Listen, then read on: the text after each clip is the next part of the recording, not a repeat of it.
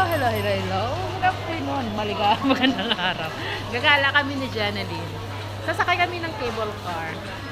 So, galing kami sa simbahan, mga 2 something na. Now is, on the way kami pupuntang MRT station para sumakay ng train. So, nandito na kami sa may Topayo MRT station. Pababa na kami ng escalator and then sasakay ng train papuntang Dobigon. Oh, senior yung kasama ko kaya nakaupo.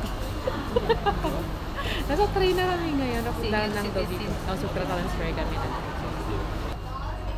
So, mga 5 stop galing dito. Papuntang Dobigon. Okay, nasa Dobigon MRT na kami. Nakakalalamas na kami.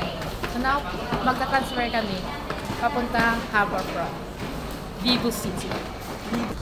So, ito yung itsura ng Dobigon MRT station. Pero, ano lang to? Connect sa isang istasyon. Kung saan ka mag-transfer. 2 minutes na lang. So, hayan yung itsura ng ano, ng babaan natin. Bumaba tayo sa mataas ng escalator. Bumaba tayo dun banda. Hindi pa tayo nakababa ng ano, banggang-bangga. May isa pang babaan. Yung pang-close na yung ano, yung pintuan, yung trim. Tapos, sumakuha kayo para makapasok. Kaya yung dito kami. Masalot na. Dito yung puntang Harbourfront. So, nandito na kami sa ano, sa may Harbourfront. So, akyat na naman kami sa taas.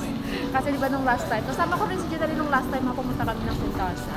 So, ngayon pupunta pa rin kami doon. So, kailangan namin sumakay ng monorail. So, akyat na naman kami sa taas para sumakay ng monorail and then bababa sa may Embia. Hindi sa beach. Sa Embia tayo bababa ngayong araw. Isang escalator na lang. So, tapos nasa, ano na kami, nasa sakayan ng monorail. Grabe oh. Daming tao. So, doon tayo banda. Doon tayo banda. Kasi kaya ng monorail.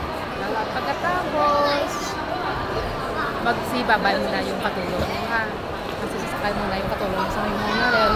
And then, see you na lang sa next vlog. Kabalo mo, see you sa next vlog.